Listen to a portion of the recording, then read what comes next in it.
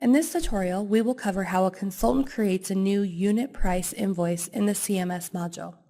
Please note that you will need an EPM account and be assigned to the appropriate user profiles to access this area. If you need to request an EPM account, that information can be found on the UDOT website. The EPM login link can also be found on the UDOT website along with additional EPM instructions. Follow the link and use your assigned credentials to log in. Once logged into EPM, enter the CMS module by selecting the blue CMS button on the right side of the screen. The populated screen is a list of action items for the consultant if there are any outstanding. To create a new invoice, you will use the menu across the top of the screen.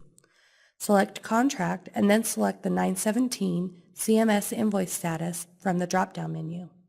This status screen shows a list of all contracts that are invoice eligible, invoices that are started but not yet submitted, invoices that have been submitted and waiting for PM approval, invoices that have been approved and are waiting for comptroller approval, and finally, a list of all invoices that have been paid.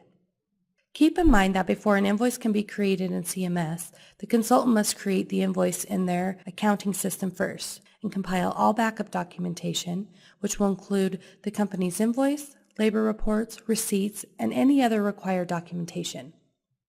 To create a new invoice, click on the NTP date of the contract you would like to create an invoice against. This will open up the invoicing screen to create the invoice. The first thing you will enter is the firm's invoice number. This is the number that is assigned by the consultant's accounting system. Next, enter the invoice start date, which indicates when work started for this invoice, and the invoice end date, indicating when work ended for this invoice. The next thing you will need to enter or change is the remittance address. This address will default to the company's primary address. If there needs to be a different address, you can use the drop-down arrow to change that. If a new address needs to be added, that will need to be done by the company administrator on the 930 screen. Once this information has been entered, select Save Invoice Header in the upper right-hand corner. This will populate labor and employees, other direct charges, and subconsultants that are eligible for invoicing. You will have the ability to edit the invoice header after you save it. The Labor tab will populate all employees that are on the contract. With a unit pricing contract, you can only invoice for employees that are on the contract. The default rate is the contracted amount and cannot be changed to a higher rate, but can be changed to a lower rate. Once all employees are entered, you can use the Show Employees on Invoice button on the lower left hand of the screen to display only employees on the invoice as a quality assurance tool. Now that labor has been added, we will move on to the Other Direct Charges tab. All ODC items from the contract will be populated. Again, because this is a unit price contract, the amount cannot be adjusted higher, but can be lower than the contracted rates. Most common ODC item is mileage. Because of the half-cent rate, rounding will occur on the final odd mile, and it will round down. The consultant will never lose more than a half a cent. The next tab is for subconsultants. For subconsultants, only a single dollar amount will be entered for each consultant. All invoicing information will need to be included in the backup documentation. At this point, you will review the current invoice total on the right side of the screen and all subsequent amounts.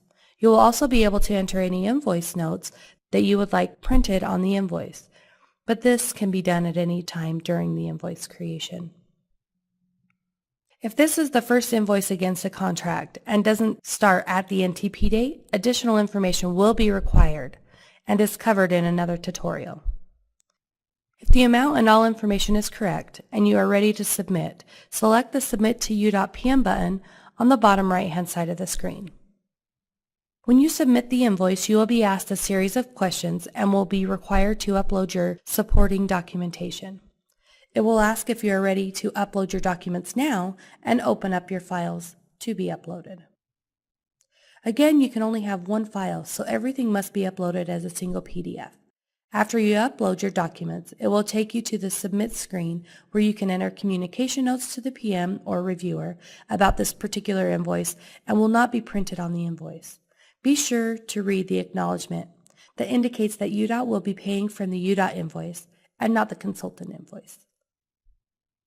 Next, you'll be asked if this is the final payment on the contract. If you select yes, the system will not allow any additional invoices to be created.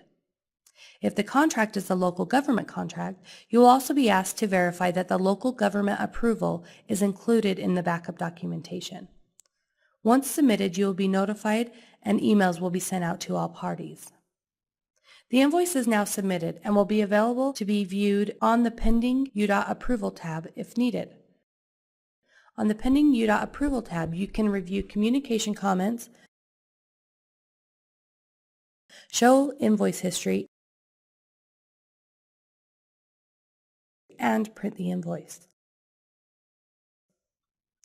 Thank you for watching. For additional information, you can visit the UDOT website for additional tutorials or email EPM support at epmsupport@utah.gov.